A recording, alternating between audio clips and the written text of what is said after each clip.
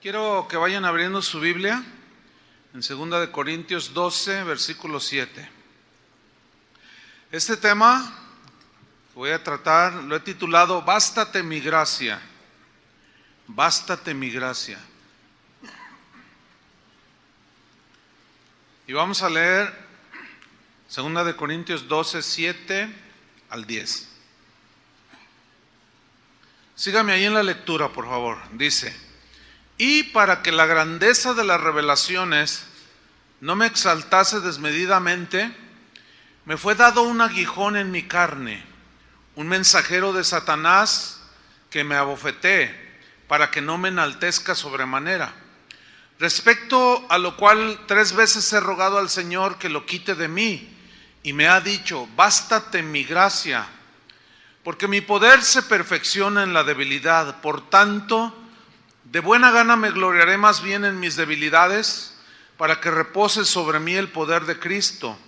Por lo cual, por amor a Cristo, me gozo en las debilidades, en afrentas, en necesidades, en persecuciones, en angustias, porque cuando soy débil, entonces soy fuerte. Fíjense que recibí un correo en esta semana que confirmó lo que el mensaje que Dios estaba poniendo en mi corazón para compartirles.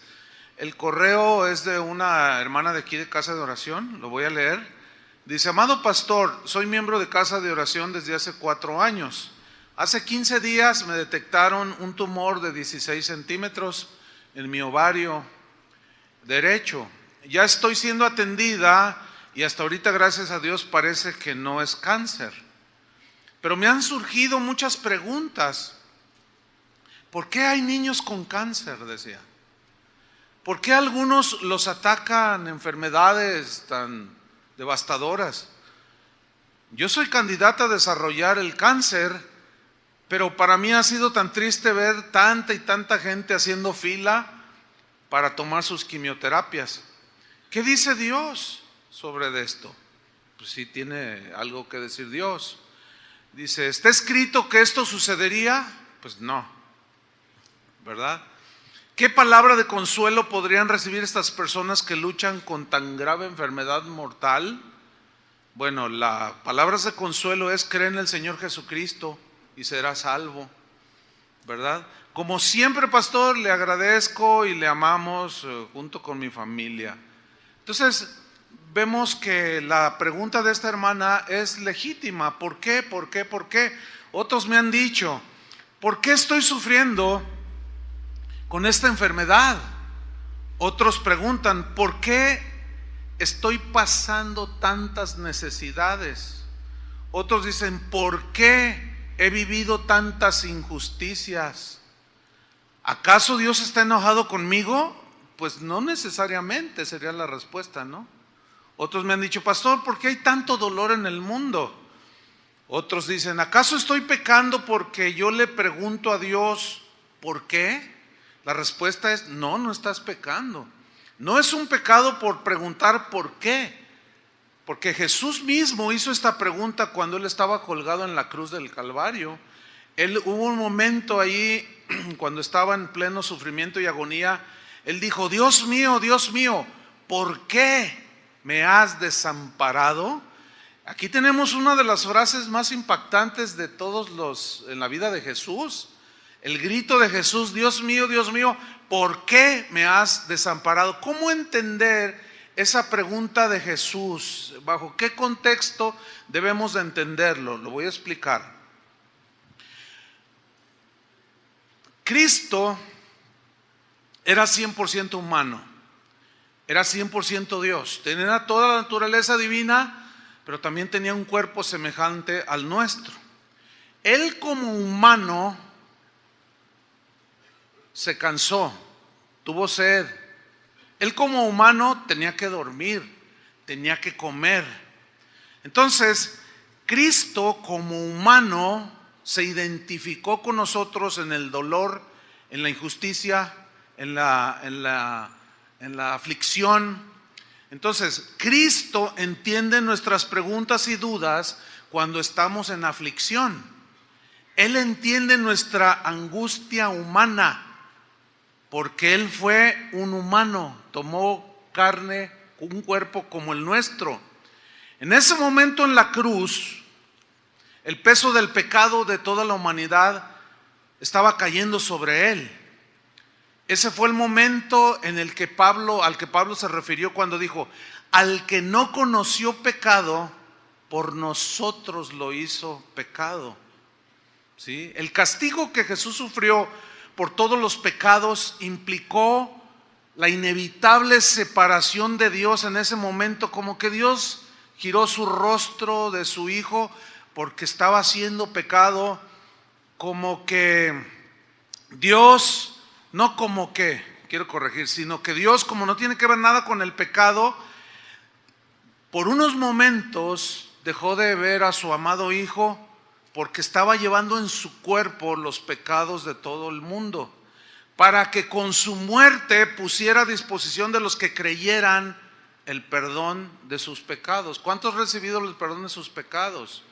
Gracias a Dios, por su gracia hemos sido perdonados. Jesús no sería Jesús si no hubiera experimentado los sufrimientos que todo ser humano experimenta. Él se identificó con nosotros, Él fue despreciado, dice Isaías 53, despreciado. Nosotros también sufrimos desprecios, aunque también despreciamos. Dice que Él fue despreciado y desechado de los hombres, varón de dolores, experimentado en quebranto. Todo eso es de la naturaleza humana, ¿cierto? Escondimos de Él el rostro, fue menospreciado, no le estimamos. Él fue molido por nuestros pecados. Él es nuestra paz, el castigo de nuestra paz fue sobre Él, y por su sacrificio nosotros fuimos salvados. Pero Él sufrió, Él se afligió,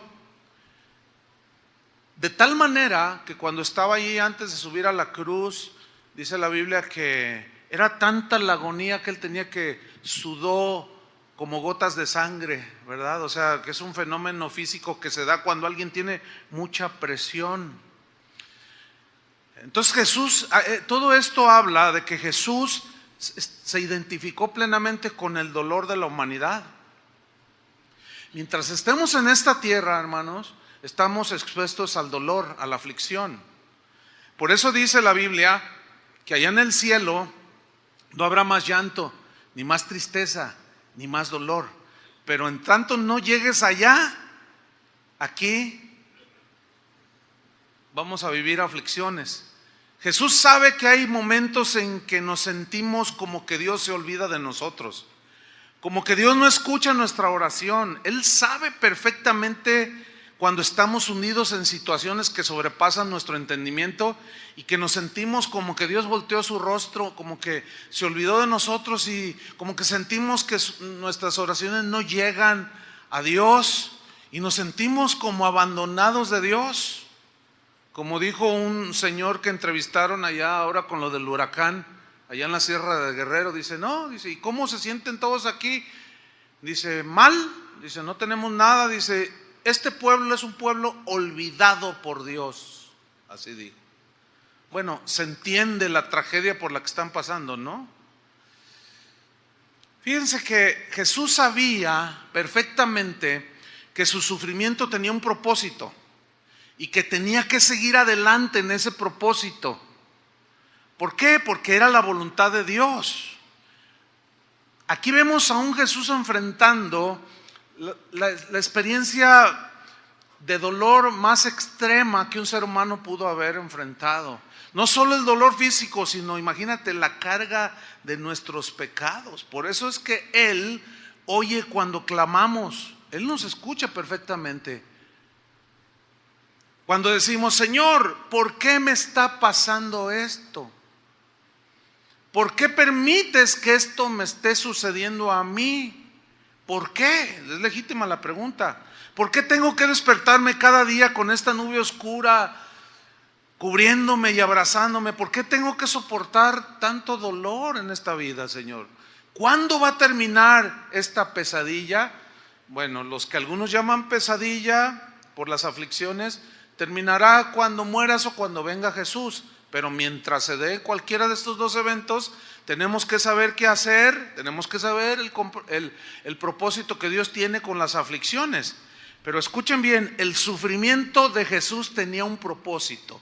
¿Cuál era el sufrimiento? ¿Qué le produjo el sufrimiento? El cargar con nuestros pecados, el cargar con nuestra culpa. Y el sufrimiento de Jesús tenía el propósito, un propósito principal. No se duerma, porque esto es muy importante.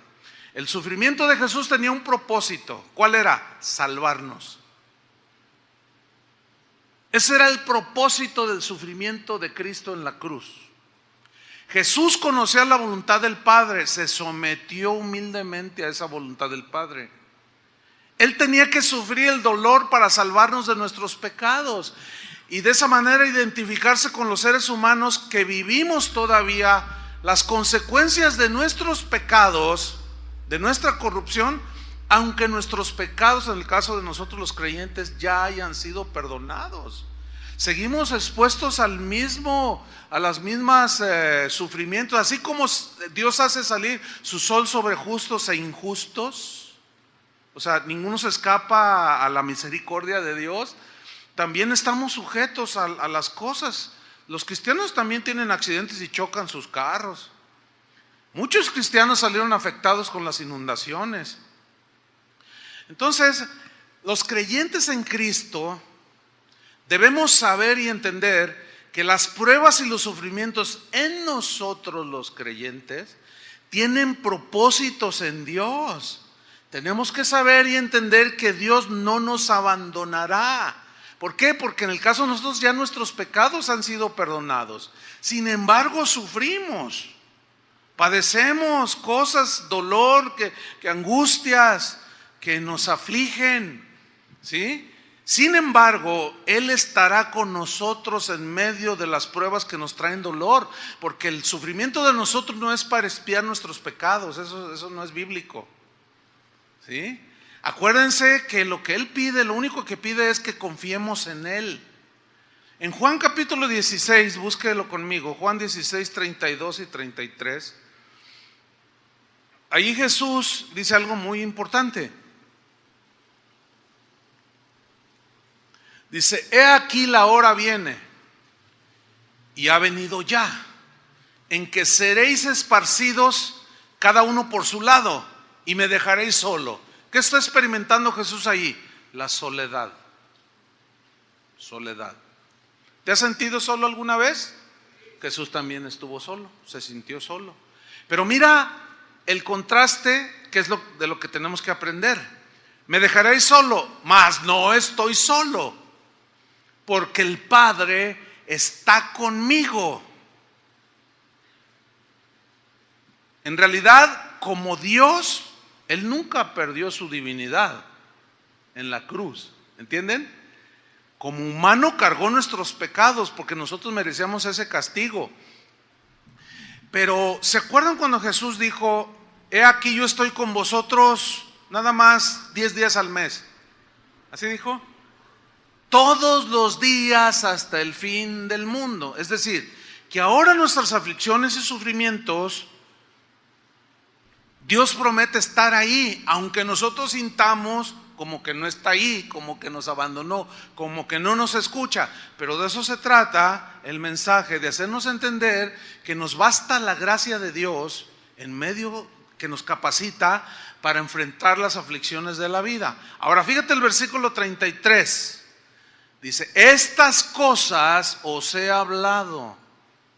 O sea, ustedes me van a dejar solo, pero el Padre está conmigo.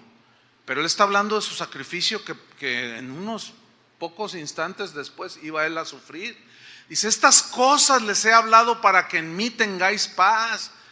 En el mundo tendréis aflicciones. Noten que Jesús está asegurándonos que mientras estemos en el mundo, ¿qué vamos a tener? Ok, todos los cristianos tenemos que armar nuestra mente de este pensamiento. Hay cristianos que oran, dicen, pastor, ore por mí para que el Señor me quite esta aflicción. Es que es difícil hacer esa oración, por lo que ahorita vamos a aprender.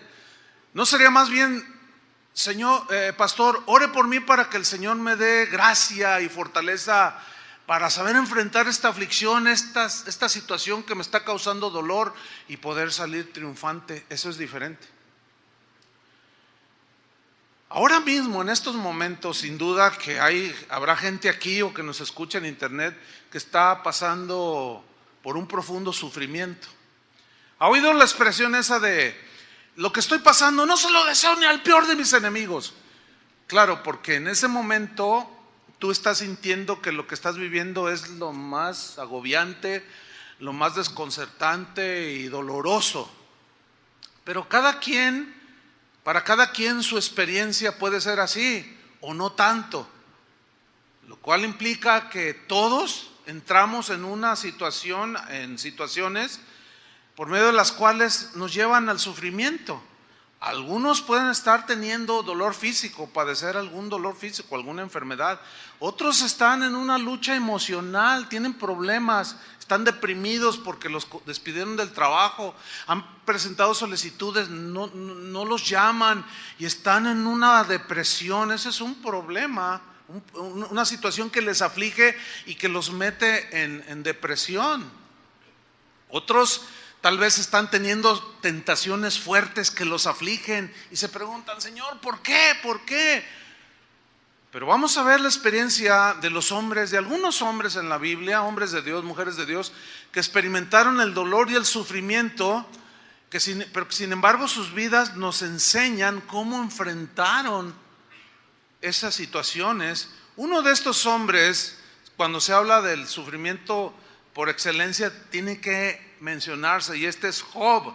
Job, a pesar de que fue un hombre justo, temeroso de Dios, apartado del mal, a pesar de eso él experimentó la tragedia. Sus hijos se le murieron, experimentó la quiebra, se quedó sin nada siendo un hombre muy rico, experimentó el dolor y también la enfermedad. El sufriente Job. Sin embargo, Job dijo algo increíble. Busquen Job capítulo 23 versículo 10. Job 23, 10. Él tenía un entendimiento que es el que Dios quiere que tengamos tú y yo. Dijo Job en el capítulo 23 versículo 10: mas él, o sea Dios, conoce mi camino, me probará y saldré como oro. ¿Qué versículo? Vamos a estudiarlo. La primera frase donde dice, mas él, o sea Dios, conoce mi camino. El verbo conocer aquí en el hebreo significa ver, o sea, él ve. También significa vigilar, o sea, él vigila mi camino. Él ve mi camino. Camino aquí en el hebreo, derek, habla de la senda que caminamos con nuestros pies. Alude a cada paso que tú y yo damos en esta vida. ¿Qué senda estamos nosotros caminando? David decía, aunque ande en valle de sombra de muerte, no temeré mal alguno, porque tú estarás conmigo. O sea, y más abajo en ese mismo Salmo 23, dijo, me guiarás por senda de justicia por amor de tu nombre. Ok, me guiará por sendas de justicia. ¿Cuáles son las sendas de la justicia de Dios? Son sus caminos. Y Él nos va a guiar en esos caminos. Cuando Él te guía Él te quiere enseñar, por ejemplo, la misericordia, Él te va a guiar por la senda de la misericordia. Cuando Él quiere enseñarte a perdonar, te va a guiar por la senda del perdón. Pero fíjense, curiosamente o paradójicamente, caminar las sendas de Dios nos producen dolor. Porque si Él quiere enseñarte a caminar por la senda del perdón es porque te han ofendido, y eso produce dolor. Cuando Él quiere que camines por la senda de la santidad es porque nuestros pies se han ensuciado, ¿verdad? Y nos aflige el darnos cuenta que hemos pecado, y nos producen dolor, aflicción. Cuando Él quiere que aprendamos la senda de la fe y la confianza en Él, de la dependencia de Él, Él como que nos mete en escasez. Esas son las sendas de justicia de Dios. Y Job dice, Él conoce, Él ve, vigila la senda de mis pasos, cada paso que doy. En otras palabras, cuando yo me estoy desviando, Él siempre me va a corregir y me va a meter a sus sendas. Aunque esas sendas me produzcan dolor. Míralo, David lo que dijo con el mismo entendimiento. No tienes que buscarlo, se los voy a leer. Ustedes conocen el Salmo 139. Oh Jehová, aquí está de nuevo. Tú me has examinado y conocido. Tú has conocido mi sentarme y mi levantarme. Es exactamente el mismo principio. Él ve, mas Él ve mi camino. Has entendido desde lejos mis pensamientos. Has escudriñado mi andar. Ahí está. Y mi reposo. Y todos mis caminos te son conocidos. Aún no está la palabra en mi lengua. Y aquí, oh Jehová, tú la sabes toda. Detrás y delante me rodeaste y sobre mí pusiste tu mano. Tal conocimiento es demasiado maravilloso para mí. Alto es, no lo puedo comprender. O sea, significa que rebasa mi entendimiento. El saber que Dios ve, conoce todo, está en todos lados, es todopoderoso, conoce todo, sabe todo. Antes de que yo lo diga, Él ya sabe lo que yo voy a decir. Antes de que lo piense, Él ya sabe lo que yo voy a pensar. Confiar en el Dios que todo lo sabe y todo lo puede, créanmelo, que es lo mejor que podemos hacer, ¿sí o no? Porque como todopoderoso y como soberano, Él tiene dominio y control de todas las cosas. Ahora, sigamos con Job 23:10. Mas Él conoce mi camino. Y luego dice algo bien tremendo. Me probará y saldré como oro. Aquí la frase me probará es del hebreo bakhan. Esa palabra es la que se usa para describir cómo un metal es metido al crisol para fundirlo y purificarlo. Entonces, metafóricamente significa examinar el corazón para purificarlo. O sea, Él va a probar mi corazón, lo va a meter en el horno del crisol para purificar mi corazón. En otras palabras, me fundirá como se funde el oro para purificarme de las impurezas de mi vida. Limpiará mis actitudes negativas, mis pensamientos malos y mis acciones que ofenden a Dios y a los demás. ¿Cuántos de ustedes han alcanzado la perfección? Nadie, ¿verdad? Tenemos acciones, pensamientos, omisiones que ofenden a Dios y que ofenden a los demás. Bueno, Dios va a purificarnos para ir dejando esas cosas. El problema aquí es que la purificación produce un dolor, una aflicción y, ¿por qué no decirlo?, hasta un sufrimiento. Pero Job tenía un entendimiento muy vasto al respecto. Por eso dijo, Él conoce mi camino, me probará, y dijo, y saldré como oro. Cuando Job estaba diciendo esta frase, y saldré como oro, tenemos que recordar que Job era un hombre rico, fue un hombre rico, que tenía oro. En aquel entonces el oro ya se trabajaba, ya se sacaba de las entrañas de la tierra. Los procedimientos para extraer el oro puro, hasta la fecha siguen siendo meterlos en el fuego, a una temperatura extrema, para limpiarlo de impurezas. Todos los metales, incluyendo el oro, tienen características propias del mismo metal. El oro no es la excepción. Cuando Job dice, Dios me va a probar, o sea, me va a meter en el crisol, él está tomando la figura del oro material metido en el horno para purificarlo. Él lo tenía en mente cuando dijo, me probará y saldré como oro. Porque sin duda que de alguna manera él estaba entendido en la purificación del oro. Y el oro tiene varias características, yo quiero mencionar tres. Una es la densidad del oro, otra es la maleabilidad del oro y la otra es la brillantez del oro. Ok, vamos a ver primero la densidad del oro. El oro, al fundirse, es purificado de las impurezas con las que viene mezclado. No sé cuántos de ustedes han visto o han leído o han estudiado, pero yo he visto en la televisión, en los canales que valen la pena ver, cómo extraen el oro de la tierra. Son minas, les llaman, ¿no? O yacimientos. Entonces ellos empiezan a escarbar y sacan montones, toneladas de piedras, lodo. Entonces los meten en unas máquinas y los van como procesando, van separando las piedras más grandes, luego las más pequeñas, hasta que queda poquito, así como lodo negro y muchas cosas, y una que otra cosita que brilla. Bueno, eso lo meten posteriormente al crisol o al fuego para quitar todas las aleaciones y mezclas con las que viene el oro, ¿sí? Entonces lo meten al fuego y sacan una pepita así de 50 gramos, ¿sí? Ahora bien, ayer yo pregunté que cuánto costaba, así para actualizar, cuánto costaba el gramo de oro de 24 quilates. Y un hermano que es joyero levantó la mano. Le dije, ¿hay algún joyero? Y él levantó la mano. ¿Cuánto vale? Le pregunté, el gramo de oro de 24 quilates. Y dice, el gramo vale 600 pesos. Ok, entonces, ¿cuánto vale un kilo de oro de 24 quilates? 600,000 pesos. Bueno, hay oro de 18 quilates.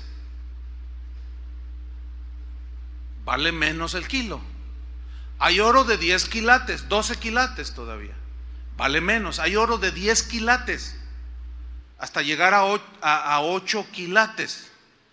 Ahora, el quilataje es lo que determina el valor del oro. O sea, el de 24 es más puro. Entonces aquí está un principio, y Job lo tenía en mente. A más pureza del oro, más valor. Pero el sometimiento para dar más pureza al oro es más fuego. ¿Están captando? Ahora, busque segunda de Pedro. Primera de Pedro, corrijo. Primera de Pedro 1, versículo 6. Porque aquí Pedro compara la pureza de la fe que es metida al crisol con el oro. Entonces la pureza del oro es lo que determina su valor.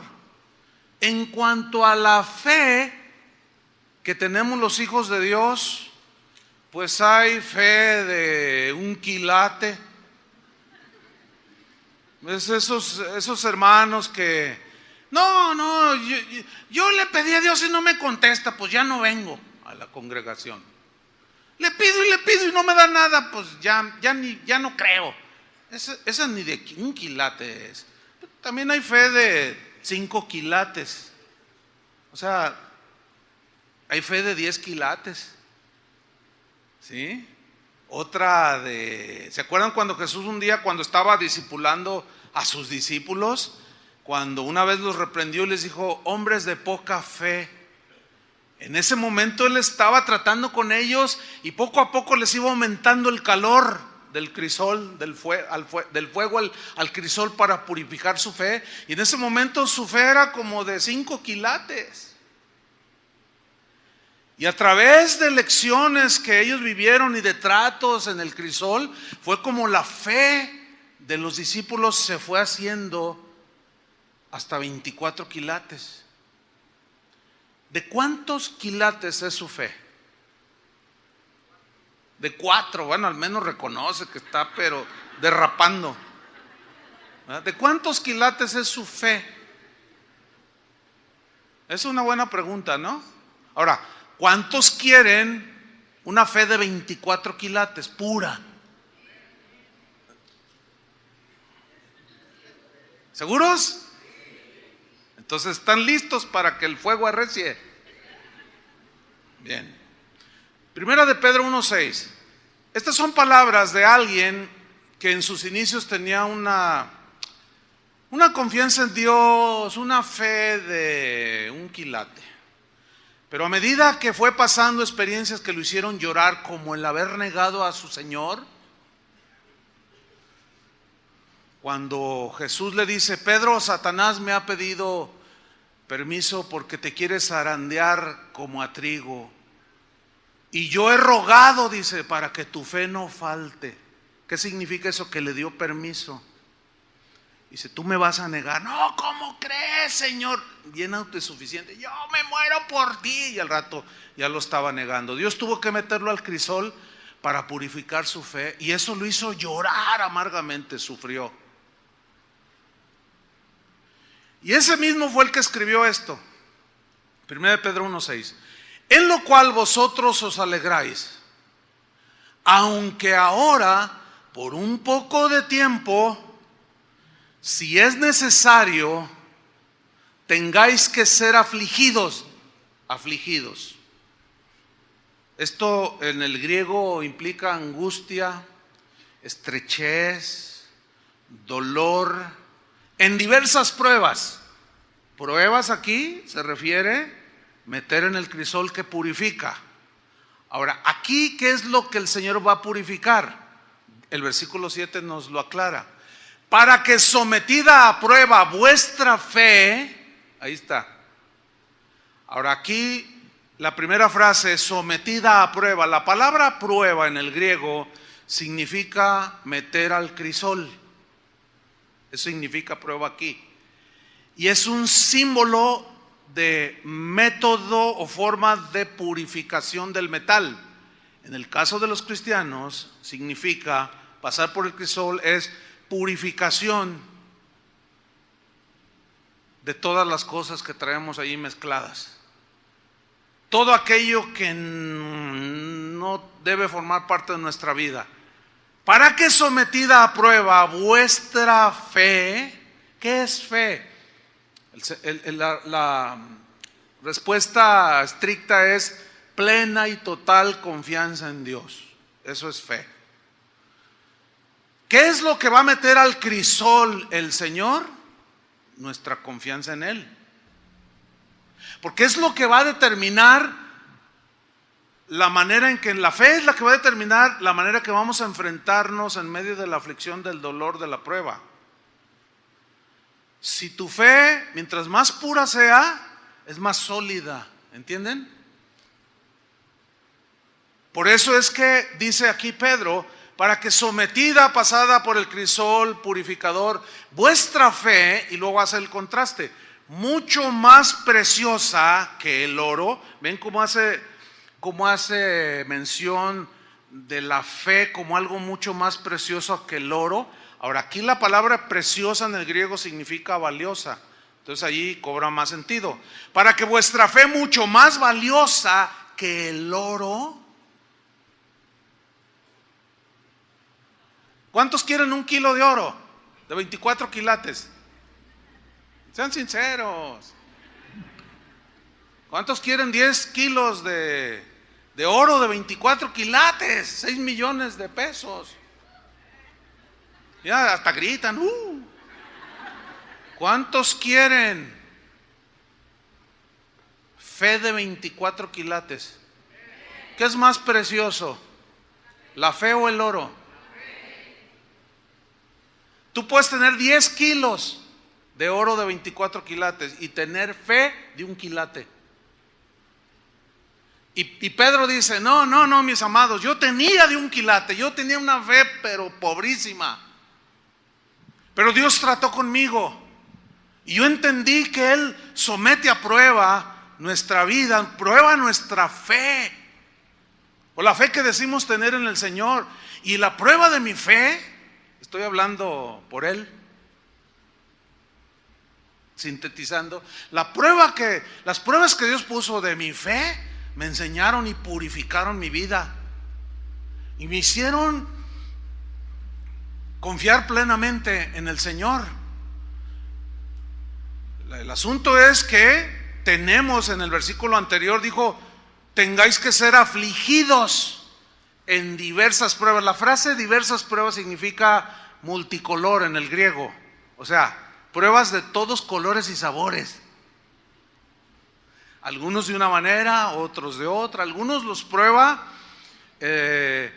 cesándoles un poco el trabajo, haciendo que su negocio en el cuestión de las finanzas, que su negocio esté ahí como estancado y que los maestros se manifiesten para que no vendas. Entonces tú estás ahí que necesitas vender porque si no tu negocio se va abajo. Y ahí es donde Dios puede estar probando tu fe. ¿Entiendes? Y de diversas maneras. Otros con una situación de conflicto en la familia. Otros con tentaciones diversas y multiformes formas, de múltiples colores de pruebas. Entonces la fe, mucho más preciosa que el oro, sigo allí en el versículo 7, el cual, oro, aunque perecedero, se prueba con fuego, o sea, se purifica con fuego. Ahora dice, sea hallada tu fe en alabanza. Aquí hallar la fe en alabanza significa elogiada por Dios, como la fe de Abraham. La fe de Abraham fue una fe notable. Él le creía a lo que Dios le decía. Así como ves las estrellas, las innumerables estrellas del cielo, así va a ser tu descendencia. Y él le creía. Una fe notable, ¿no es cierto? Una fe elogiada por Dios, y esa fe lo justificó, dice la Biblia. Entonces dice que vuestra fe, mucho más preciosa que el oro, el cual aunque perecedero se prueba con fuego, sea hallada tu fe en alabanza, número 1. Número 2, en gloria. Aquí gloria significa en buena estima, en buena opinión, delante de Dios el Padre. O sea que Dios va a trabajar como trabajó en Pedro. ¿Se fijan cómo él fue creciendo en fe en su vida? Lo vemos desde los evangelios. ¿Se acuerdan cuando Jesús se acercó a ellos caminando sobre el mar y él dijo, Señor, si eres tú, manda que yo vaya hacia ti? Y Jesús le dice, ven. Y él se bajó de la barca y empezó a caminar sobre el agua. Qué tremendo, ¿no? Vaya que se necesita fe para hacer eso, ¿no? Pero dice que de pronto pues empezó a ver a su alrededor que estaban las olas tremendas y puso sus ojos en las circunstancias y se empezó a hundir y clamó, Señor, sálvame. ¿Y qué hizo Jesús? ¿Que tu fe te salve? No. Le estaba dando lecciones de fe, pero lo abandonó. Ahí está el punto. Dios nos dará lecciones de fe, pero nunca nos va a abandonar. Dios va a permitir que lleguemos al límite, pero nunca va a llegar tarde. Había un momento allí en que si Jesús no les tiende la mano, se ahoga, aunque era un experto nadador, sin duda, un pescador. Yo no creo que haya un pescador que no sepa nadar. Pero el asunto es que aunque sepa nadar, cuando el mar está embravecido, no hay quien lo pueda resistir. Los nadadores más prodigiosos que se han encontrado en una situación así, muchos se han ahogado. ¿Y qué hizo Jesús? Lo agarró de la mano y lo levantó. Y volvieron los dos a la barca, o sea, volvió a caminar. Pero en otro episodio, cuando está la barca así queriéndose hundir, Señor, sálvanos que perecemos. Y se levanta Jesús y dice, todos calmados, calladitos se ven más bonitos. Tú, viento, mar, calladitos se ven más bonitos. Y todo se acalló. Y luego voltea y dice, ¿dónde está vuestra fe? Ay, toda la vida se la pasaron, porque el Señor los estaba enseñando. El Señor te está enseñando, nos está enseñando, está purificando nuestra fe, aunque eso nos trae aflicción. ¿Están entendiendo? Entonces nuestra fe es más valiosa que el oro, pero tiene que ser purificada así como el oro. Y Job tenía en su mente perfectamente claro cuando dijo, me probará y saldré como el oro. Pero así como yo meto en el crisol el oro y sé cuando está puro, así también sé que mi fe Fue probada, está siendo probada y será probada. Como aquel hombre que estaba, aquel artesano de la plata que estaba metiendo en el crisol la plata para purificarla y luego la dejaba que secara un poco y miraba allí y hacía esto. Y estaba ahí alguien novato en el oficio. Entonces le decía, oiga maestro, ¿le podría yo preguntar por qué mete el oro y luego lo saca y luego como que, ¿cuándo sabe que ya está listo? Dice, cuando mi rostro se refleja en la plata, ahí es cuando está listo. Cuando está todo borroso así, no, todavía le falta purificación. Entonces, es lo que hace el Señor. A ver, ¿te pareces a mí? No. Y luego lo saca y trata de verse, o sea, que nosotros reflejemos la imagen de Jesús. Y si no, este está muy borroso.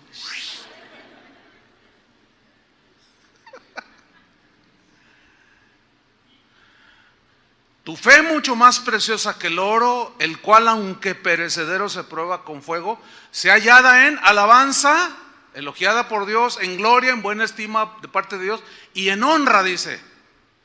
Honra significa valor inestimable, o sea, ya un valor incalculable. Cuando sea manifestado Jesucristo, o sea, fíjate, en el momento en que tú te convertiste al Señor, que el Señor lavó tus pecados en su sangre, naciste de nuevo, en ese momento empezó el proceso de santificación, porque Dios quiere que cada vez más nos alejemos del pecado. Bueno, ese proceso durará hasta que Cristo venga o te mueras, ¿sí? Pero cuando Cristo venga, quiere ver fruto en nosotros, ¿sí? Entonces, nuestra fe será probada, pero al ser probada por el horno de la aflicción, como dijo Isaías, nos va a producir dolor. Pero aquí es donde tú y yo tenemos que entender que es la única manera que existe para Dios transformar nuestra vida, probar nuestra fe, probar nuestras actitudes, probarnos, meternos al fuego.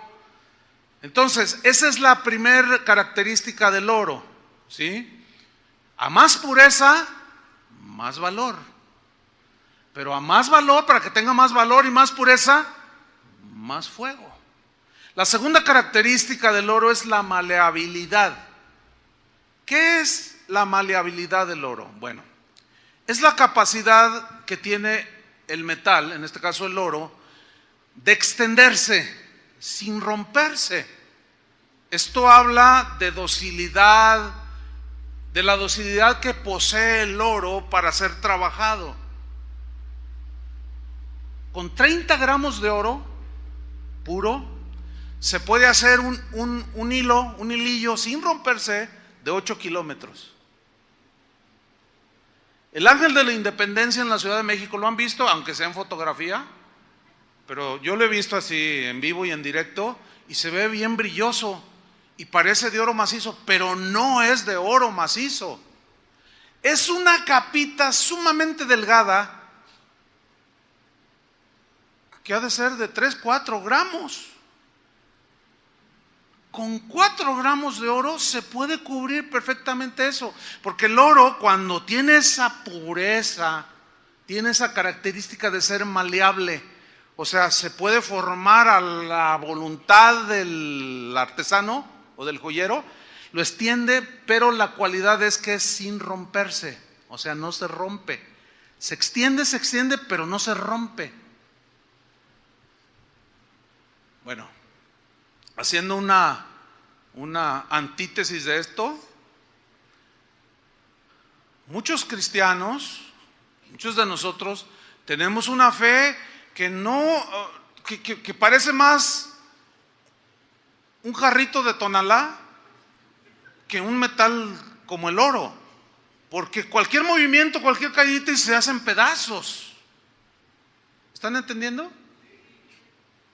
Eso es lo contrario, aunque también tiene su analogía de que el Señor como alfarero nos forma como Él quiere, Pero una vez endurecido el barro, ya no se puede hacer nada.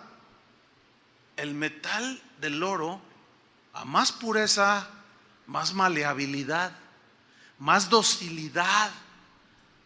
Entonces, ¿cómo aplicar esto? Esto habla del trato de Dios con nosotros para hacernos más maleables, ¿entienden?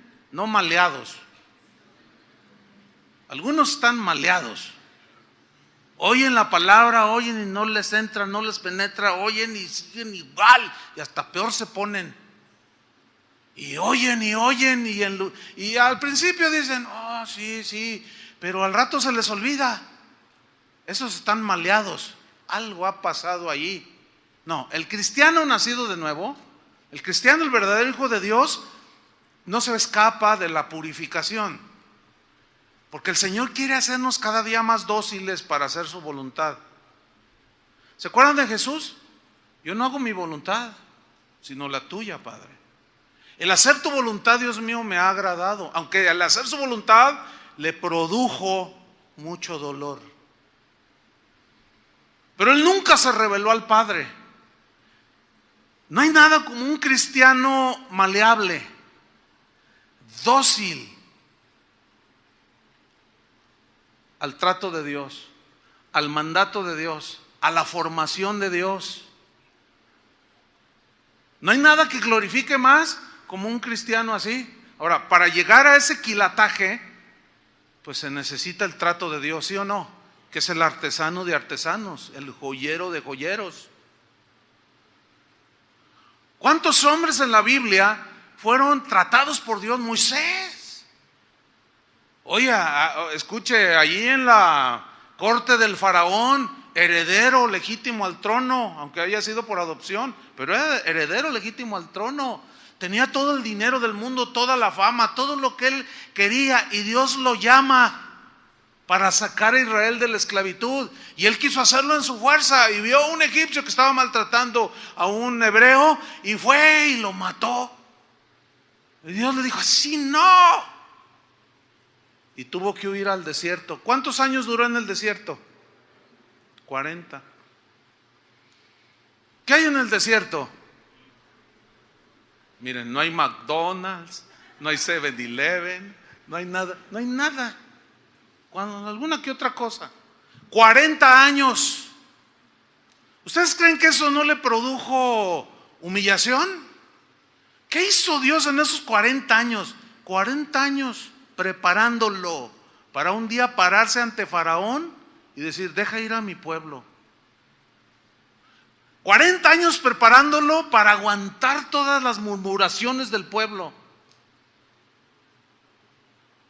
Tenía que ser alguien bien sólido para aguantar a ese montón de rebeldes. ¿Me están siguiendo? Por eso cuando alguien dice, yo quiero ser pastor, está bien, buena obra desea. ¿Sí? Pero ¿qué me dicen de alguien que tiene 6 meses ya es pastor? Pues, o sea, ¿cuál fe? ¿Cuál formación? ¿Cuál qué nada?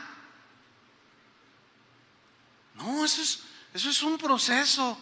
Una vez que Dios te llama, si es que te llama para servirle en alguna tarea específica, te empieza a preparar. Es clásico. Pregúntenle a cualquier pastor que el Señor llamó y en sus primeros años cómo nos mete por el crisol para que confiemos que Él es el que suple, no los políticos que nomás te ofrecen ladrillos.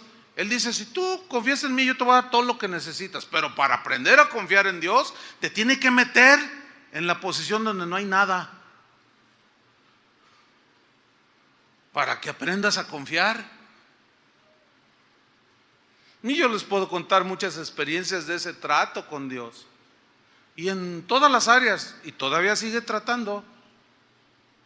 Ese proceso nunca va a terminar en la vida, pero en realidad fue notable la vida de Moisés.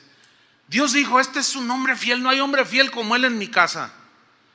A Moisés le dijo, mira, vas a hacer el tabernáculo conforme al modelo que se te ha mostrado en el monte. Y él llevó el modelo, así como Dios le dijo que lo hiciera, así lo hizo. Y lo hizo, dice la Biblia, conforme al modelo que se le mostró en la montaña, ahí en el monte Sinaí. Y Dios le dijo cómo debía ser el tabernáculo, las medidas, los materiales, todos los utensilios, que todo apuntaba hacia Cristo.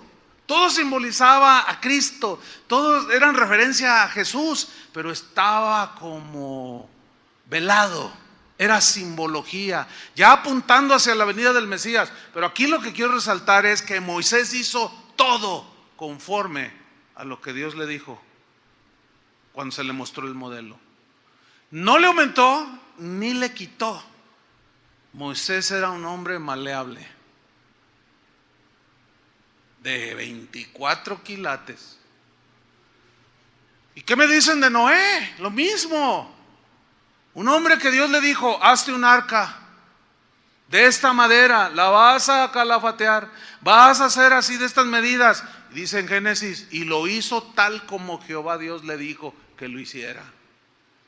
Eran hombres maleables, no maleados. Y luego le dijo: vas a meter parejas de animalitos, los vas a acomodar así. Y dice la Biblia otra vez: y lo hizo tal como Jehová Dios le dijo que lo hiciera. Eso es ser maleable. Esa es la propiedad del oro. Por eso cuando Job dijo: me probará, me meterá al crisol, pero saldré como oro. Él tenía un entendimiento profundo del metal y él entendió la lección. Lecciones de la vida, que también Jesús hablaba de lecciones de la vida, para aplicarlas, ilustrar lo que Dios hace con nosotros. ¿Qué me dicen de Pedro? Bueno, pues ya eso de memoria, de un Pablo. Pero otro ejemplo de trato de Dios es el de Jonás. ¿Se acuerdan de Jonás? Él era un profeta que Dios lo había llamado a ser profeta y él empezó a profetizar. Pero un día le dijo Dios: ve y predica a Nínive, porque esa ciudad es mala en extremo y ya me hartaron con sus pecados. Ve y predícales y diles que se arrepientan.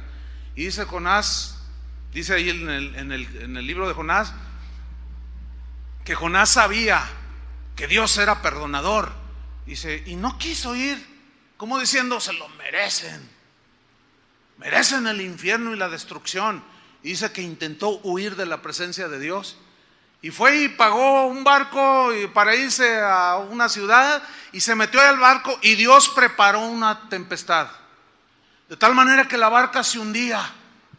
¿Quién preparó la tempestad? Dios. ¿Tratando con quién? Con Jonás. En su desobediencia, no era maleable.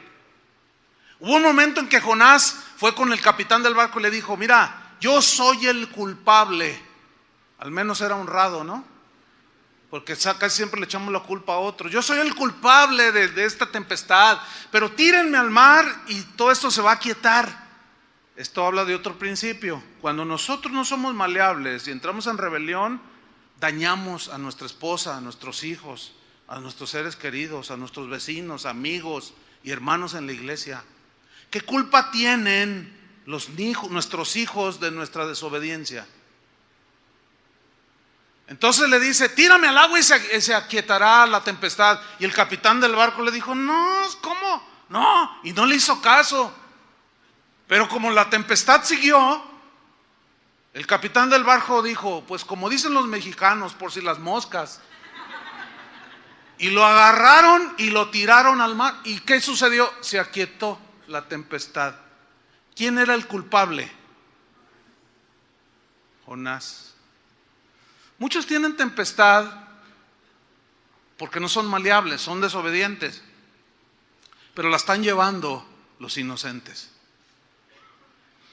Bueno, cae al mar y dice que Jehová tenía preparado un gran pez que tragase a Jonás. Dios siguió tratando con su profeta y se lo tragó, y ya estando ahí, ya estaba en una situación, finalmente se arrepiente y Dios manda al pez que expulse a Jonás. Sale Jonás del pez y empieza a alabar a Dios. Oh Señor, y se regocija, y luego le pregunta al Señor: Señor, ¿qué quieres que yo haga? Y Dios le dice: ve y predícale a Nínive, aquella gran ciudad y pregona contra ella. Y dice que Jonás fue y les predicó. Y el rey de Nínive se arrepintió y ordenó ayuno. Y ese es el único caso en la Biblia de toda una ciudad arrepintiéndose.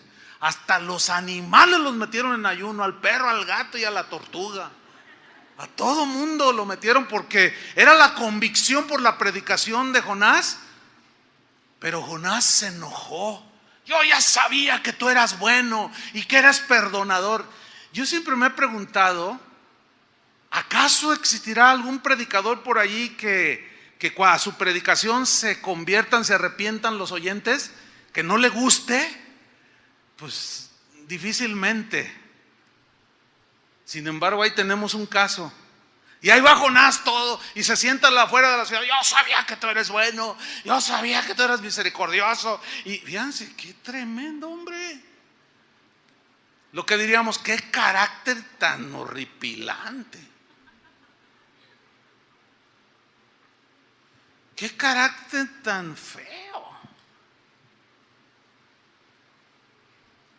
No se estén codeando, Dios tratará también como a Jonás, pues también con todos.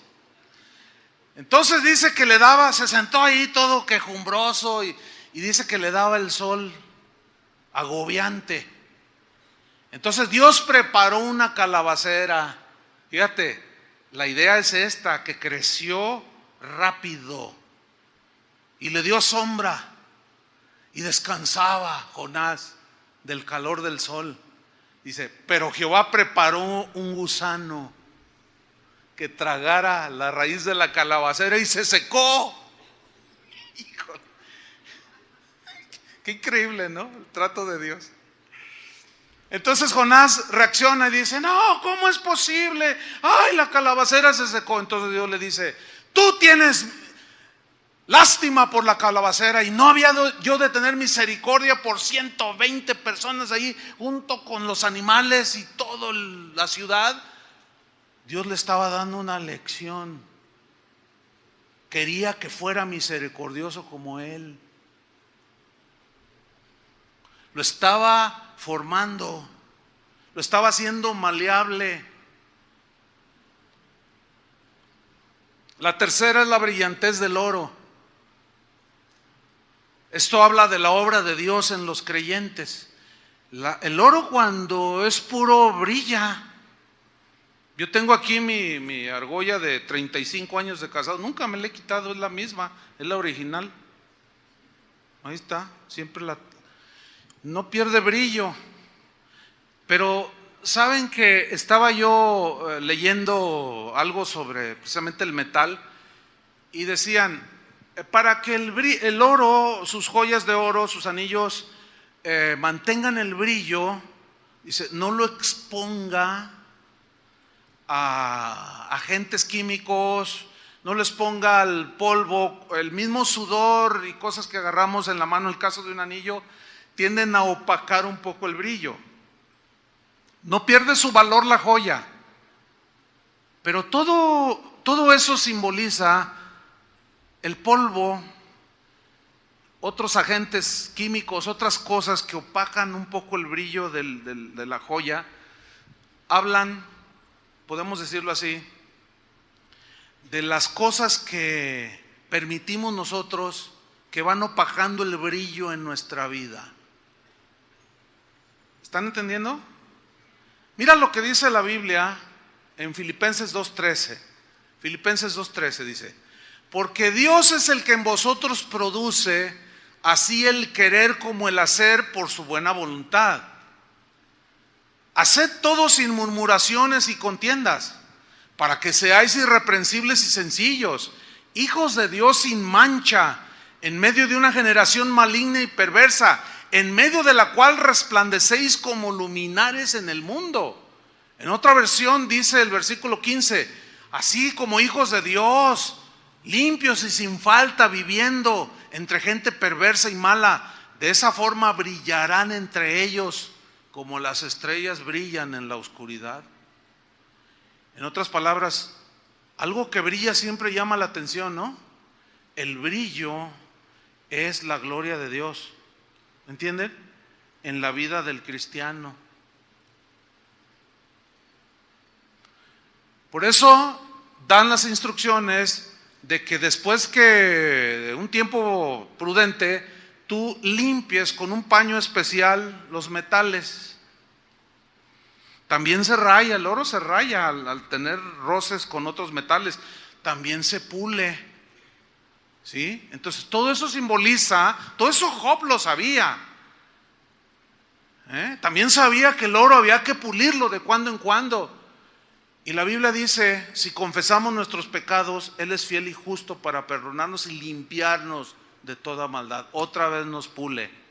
Cuando pecamos y confesamos nuestros pecados, Él nos limpia y vuelve a salir el brillo, la paz de Cristo en el corazón, y empiezas a reflejar. ¿Están conmigo? Pero vámonos sobre la historia bíblica final que ilustra este mensaje. El apóstol Pablo. Abran su Biblia en 2 Corintios 12:1, que fueron nuestros textos que tomamos. El apóstol Pablo nos dice que su vida fue un ejemplo de cómo debemos tratar y cómo debemos enfrentar las aflicciones, como él las tuvo. Y él nos da principios aquí en esta experiencia que él tuvo. 2 Corintios 12:1 dice así: ciertamente no me conviene gloriarme, porque no es conveniente andar presumiendo. No es conveniente, no es para un hijo de Dios. Pero dice, vendré a las visiones y a las revelaciones del Señor. ¿Por qué digo esto? Porque falsos apóstoles andaban diciendo que Pablo no tenía visiones extraordinarias. Y dijo, no me conviene hacerlo, pero tengo que hacerlo. Versículo 2. Conozco a un hombre en Cristo que hace 14 años, ¿cuántos? 14 años, nunca había contado su testirollo. Porque contar su experiencia personal no es el evangelio, hermanos. Cuando alguien en un púlpito sustituye el testimonio personal por la palabra de Dios, es un error. Se puede dar, pero no debe ser el común. Porque mi experiencia personal no es la palabra de Dios. Yo les puedo contar innumerables experiencias con Dios que he tenido, de milagros extraordinarios, de experiencias espirituales fuertes, pero eso no es el evangelio. Pablo pasaron 14 años y nunca había contado lo que cuenta aquí. Conozco a un hombre en Cristo que hace 14 años, y en el cuerpo no lo sé. Si fuera del cuerpo no lo sé, Dios lo sabe, eso no es importante. Bueno, ese hombre está hablando de él, obviamente. Fue arrebatado hasta el tercer cielo. El concepto de primer, segundo y tercer cielo viene desde los judíos, que es el que los cristianos también, aquí vemos a Pablo creyendo lo mismo. El primer cielo es la atmósfera terrestre, aquí pues la tierra. El segundo es donde está todo el universo, y el tercero es el cielo que no se ve, que es donde está Dios. Bueno, ahí fue arrebatado hasta el tercer cielo, dice. Y conozco al tal hombre, dice, versículo 3. Si en el cuerpo o fuera del cuerpo, no lo sé. Dios lo sabe. O sea, Pablo era tan práctico que decía, ¿qué importa si fue en el cuerpo o fuera del cuerpo? Porque cómo nos peleamos, ¿verdad? Por enseñanzas que... No, que es así, que mira cómo haya sido, como el ciego aquel. Yo no sé si el que me sanó era pecador o no. Yo solo sé que no veía nada y ahora veo. ¿Y para qué nos andamos con las ramas? Dice Pablo, yo no voy a discutir ni argumentar todo un tratado teológico si fue en el cuerpo o fuera del cuerpo. No lo sé, eso no importa. Dios lo sabe, dice. No es importante eso. Bueno, versículo 4. Que fue arrebatado, ¿a dónde?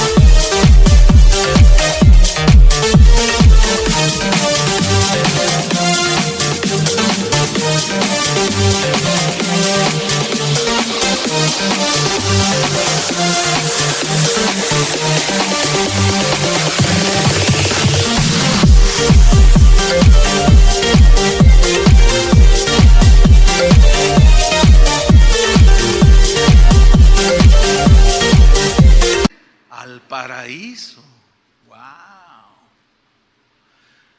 Wow.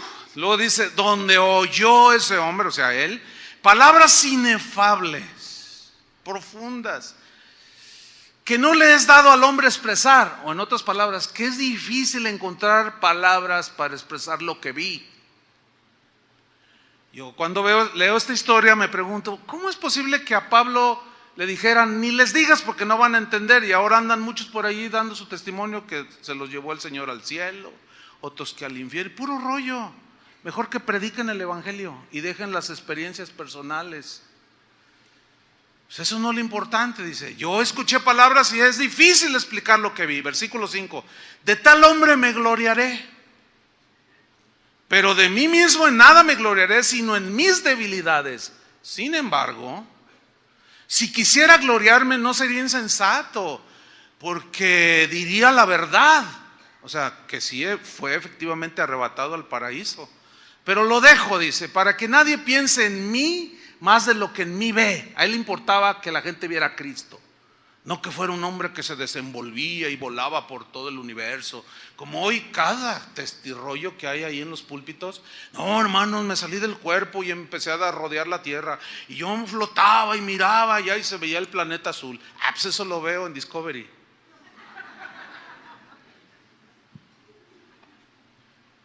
Pero se pierden en todas esas cosas y dejan lo más importante, lo que realmente edifica en la vida del cristiano, que es lo que Pablo va a enseñar aquí. Dice, versículo 7, y para que la grandeza de las revelaciones, fíjate cómo complementa él, sí, gran revelación, pero dice, para que la grandeza de las revelaciones no me exaltase desmedidamente, me fue dado un aguijón en mi carne. ¿Quieres experiencias del tercer cielo? Prepárate para el aguijón. Porque ¿cómo se le sube? ¿Quieres saber los misterios y las grandes revelaciones de Dios? Sí, es bueno el conocimiento, ok. A mayor revelación, aguijones, para que no se te suba, para que no te creas el último queso del establo, que tú ya tienes las revelaciones que nadie tiene. Cálmate, porque el aguijón, bueno, Dios se va a encargar de bajártelo.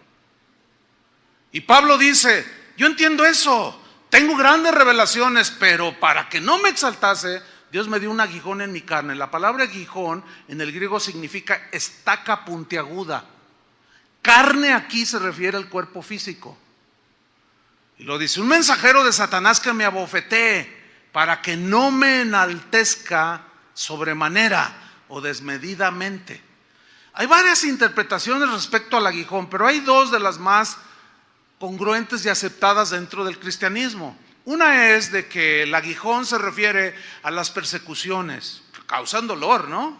En la carne, a hambre, peligros, desvelos, estrechez. Todo esto produce aflicción, ¿cierto? Bien. Otra interpretación es que se refería a una enfermedad física. Yo en lo personal pienso que esto es lo más acercado al significado de aguijón en la carne. Pero la más antigua de las interpretaciones del aguijón de la carne es que Pablo sufría de dolores de cabeza tipo migraña que lo postraban, lo tumbaban. Eso era lo que decían en sus escritos Tertuliano y Jerónimo, de los primeros cristianos de la 2, 3, 4 generación de hombres de Dios, del inicio del cristianismo. Sabemos que Pablo tenía problemas con la vista, porque él dejó unos ahí en Gálatas, y eso podría estar relacionado con los dolores de cabeza. ¿Cuánto? Ya ahora sabemos, cuando alguien manifiesta dolores de cabeza, lo llevan con un oftalmólogo y lo empiezan a revisar. No, es que estás mal, te vamos a adaptar unos lentes. Se los adaptan, ya ve bien y ya se le quitan los dolores de cabeza. Bueno, ¿se acuerdan que Pablo, cuando se convirtió, vio una luz que lo deslumbró, la luz de Cristo? ¿Se acuerdan? Que era Jesús, y se quedó ciego. Bueno, hay escritos que mencionan que muy probablemente Pablo no se recuperó del todo, recibió la vista cuando Ananías oró por él. Pero en Gálatas, por ejemplo, Gálatas 4:13, bueno, si lo quieren buscar, yo se los leo, dice: pues vosotros sabéis que a causa de una enfermedad del cuerpo os anuncié el evangelio al principio. Versículo 15, ¿dónde pues está esa satisfacción que experimentabais? Porque os doy testimonio de que si hubieseis podido, os hubierais sacado vuestros propios ojos para dármelos. La mayoría de los comentaristas bíblicos están de acuerdo en que Pablo padecía una enfermedad del cuerpo que eran sus ojos. Al final, él dice: mirad con cuán grandes letras os escribo. Él siempre dictaba sus cartas, pero las firmaba él. Pero aquí la premura de que los falsos maestros estaban contaminando la doctrina cristiana, le hizo él escribir, y como se entiende que él tenía un problema, escribió con grandes letras. Bueno, el problemas en la vista pudieron causar dolores de cabeza muy agudos. Ok. Lo importante aquí, y me voy sobre el final, no es lo que podamos creer nosotros, lo que creamos. Si fueron las persecuciones, si fueron los dolores de cabeza o dolores de la vista o una enfermedad o las persecuciones o la estrechez, no. Eso que es secundario. Lo que importa aquí es el hecho de que Pablo sufría en su cuerpo. En eso nadie tiene ninguna discusión ni interpretación. ¿Estamos de acuerdo? Él sufría, padecía, le dolía. Él tuvo dolor, aflicción, y rogó al Señor. Aquí está, versículo 8. Un aguijón, respecto a lo cual 3 veces he rogado al Señor que lo quite de mí, y me ha dicho: bástate mi gracia. O sea, ¿se lo quitó? No.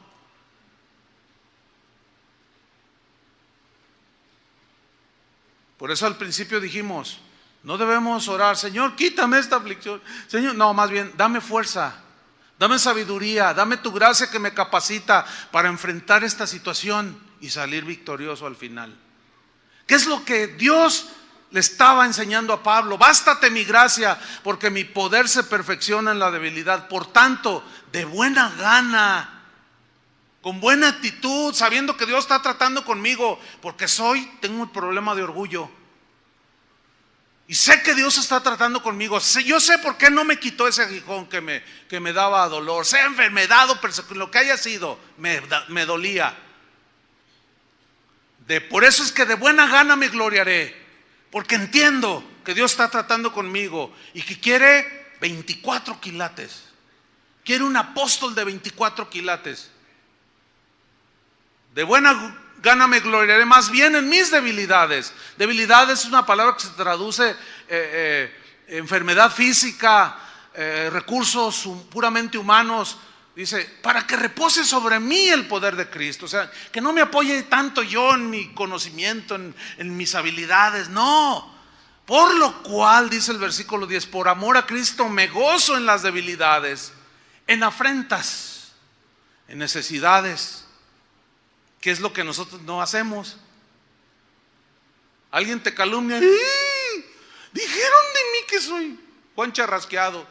Dice: pues sí estás charrasqueado. ¿Dijeron la verdad? No, no soy.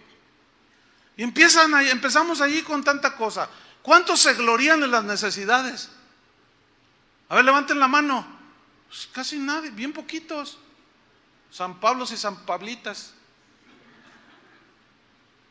Dice: me gozo en las debilidades, me gozo en persecuciones, me gozo en angustias, porque ya entendí que cuando soy débil, entonces soy fuerte. ¿Qué quiere decir esto? Pablo le pidió a Dios que le quitara el aguijón, pero Dios le contestó 3 veces: no. Escúchame, cuando se trata del trato de Dios, por más que ores que te lo quite, no te lo va a quitar. Él quiere enseñarte a enfrentar con su gracia, con su capacidad, con su fuerza y su poder las aflicciones de la vida. ¿Están comprendiendo, hermanos? Dios no le quitó ese aguijón, pero le dio a Pablo las fuerzas para soportarlo. Y así actúa en ocasiones Dios con nosotros. Con Pablo era para que no se le subiera el orgullo. Él necesitaba el aguijón porque necesitaba ser purificado en su carácter. Y él lo entendió. Y a nosotros, ¿por qué permite los aguijones? Dios no le quitó pues el aguijón, pero sí lo capacitó para que pudiera soportarlo y mantenerlo humilde. Y a nosotros, ¿para qué o por qué permite los aguijones que nos hacen sufrir? Llámale escasez, lo que sea. ¿Por qué los permite? Para que aprendamos ¿a qué? A refugiarnos en Él, tal vez. A que Él sea nuestro único refugio, o para que nuestra fe crezca, qué sé yo, o para que aprendamos cierta lección de la vida cristiana, qué sé yo. Pablo sabía el por qué y el para qué. El por qué era, el por qué del aguijón y de las aflicciones, el por qué era para que la grandeza de las revelaciones no me exaltasen desmedidamente. Me fue dado este aguijón. Y el para qué, le dijo, bástate mi gracia. Aquí bastar significa estar contento y satisfecho. Está contento y satisfecho con mi gracia, porque yo te estoy dando a través de mi gracia el poder para soportar tus debilidades. Por tanto, dice, de buena gana me gloriaré más bien en mis debilidades. ¿Para qué? Para que repose sobre mí el poder de Cristo. En otras palabras, para que no confíe yo en mis habilidades, mis recursos humanos, sino en el poder de la gracia que me capacita para soportar el sufrimiento, las pruebas.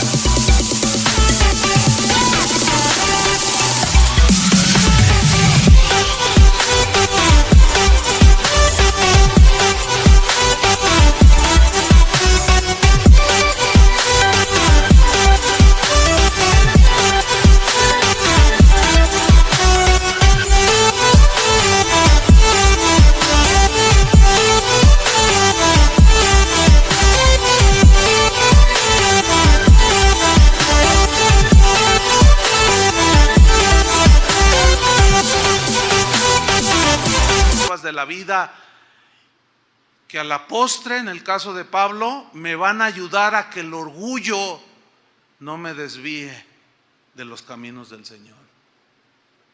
En el caso de Pablo fue el orgullo. En el caso tuyo, ¿cuál es? ¿O cuáles son? Todos tenemos aflicciones, ¿sí o no? La pregunta es, ¿por qué? Hay un propósito. ¿Para qué? Existe también la respuesta. ¿Entendieron? De una vez por todas este mensaje.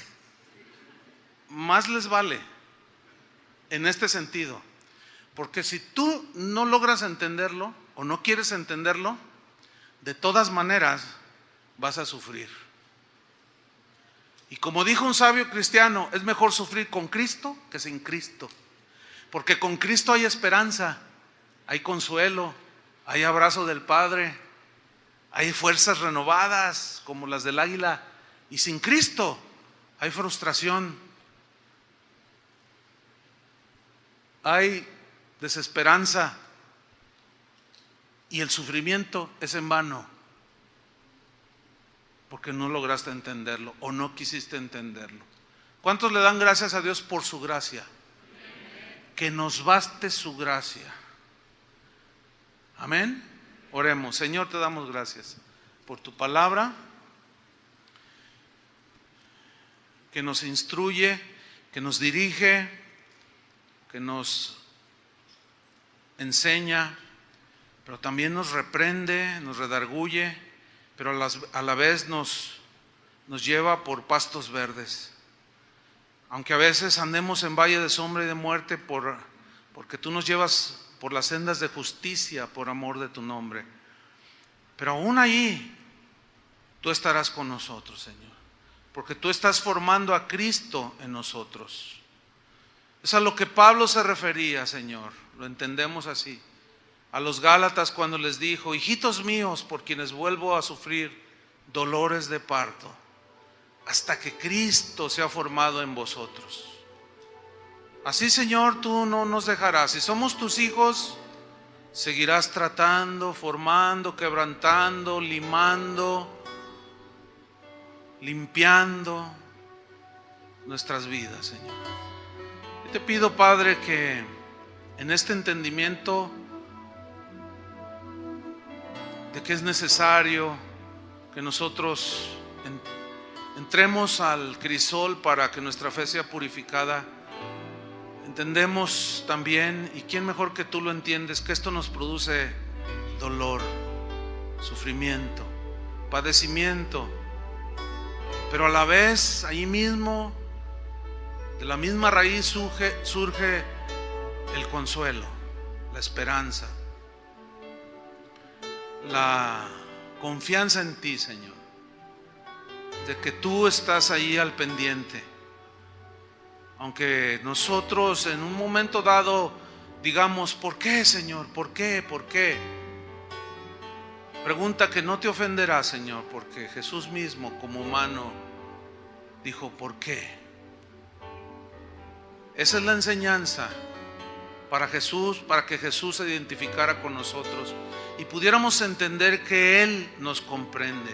Pero también nosotros tenemos que entender que Él está trabajando con cada uno de nosotros.